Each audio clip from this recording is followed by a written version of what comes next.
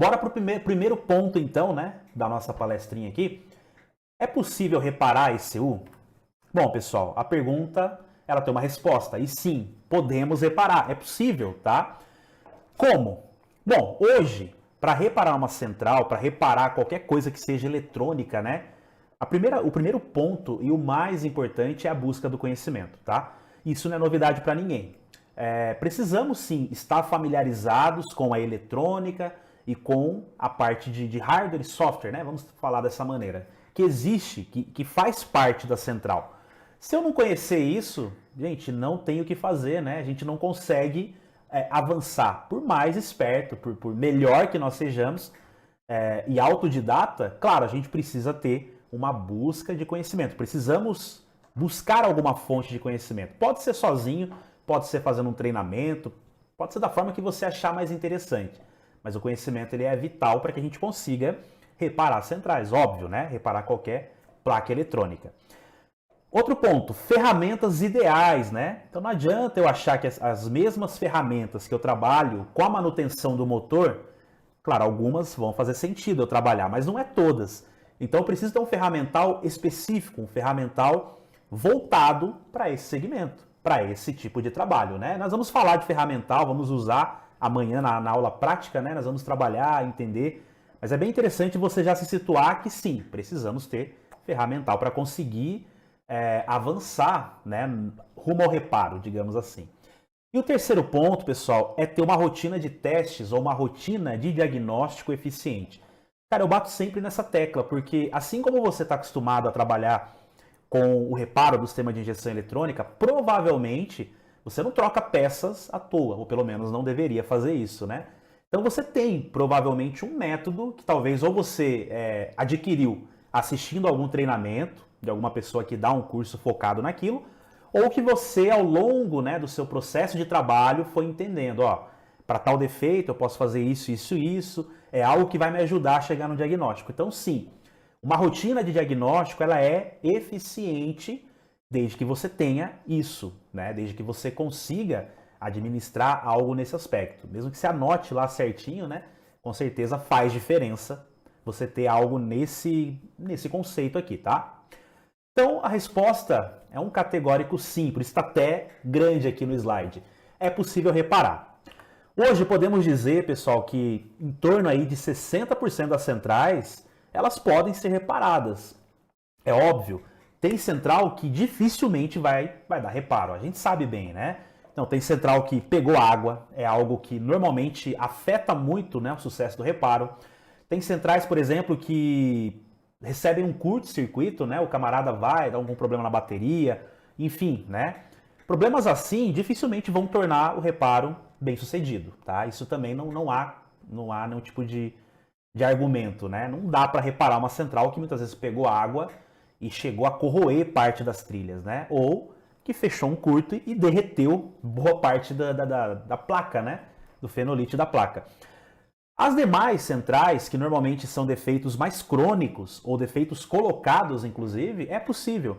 E dentro desses 60% que a gente está falando aqui, não é só a parte de troca de componentes. Tem defeitos em software também, né? Que normalmente corrompem e aí você precisa efetivamente fazer um trabalho de readequação desse software. O que a gente fala aí, o famoso telecarregamento. Então você tem que ter ferramental para conseguir trabalhar com as duas demandas, tanto com o hardware quanto o software, né?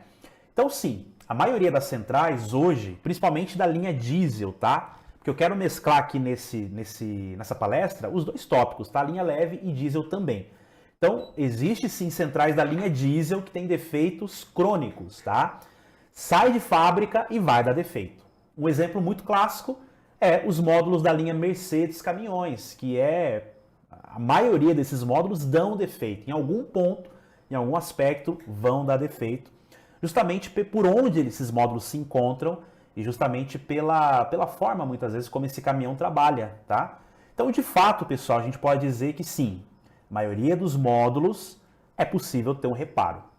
Agora, quando o reparo se torna mais difícil, você tem que também ter bem em mente, o tempo gasto para realizar um reparo.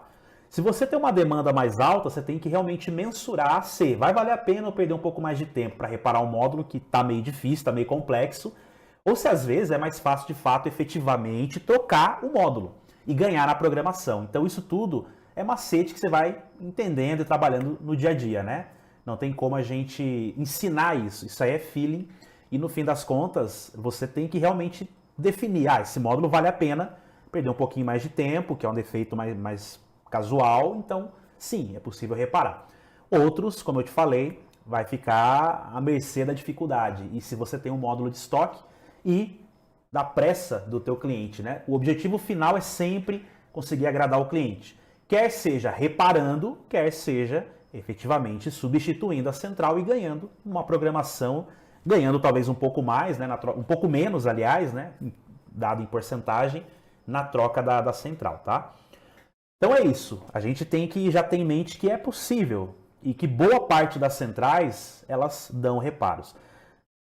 Agora, uma coisa que pega muito, peça de reposição, pessoal.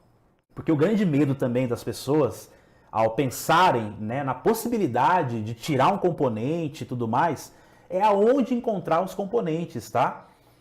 Bom, hoje nós temos a certeza de que no mercado nós temos componentes, temos peças de reposição.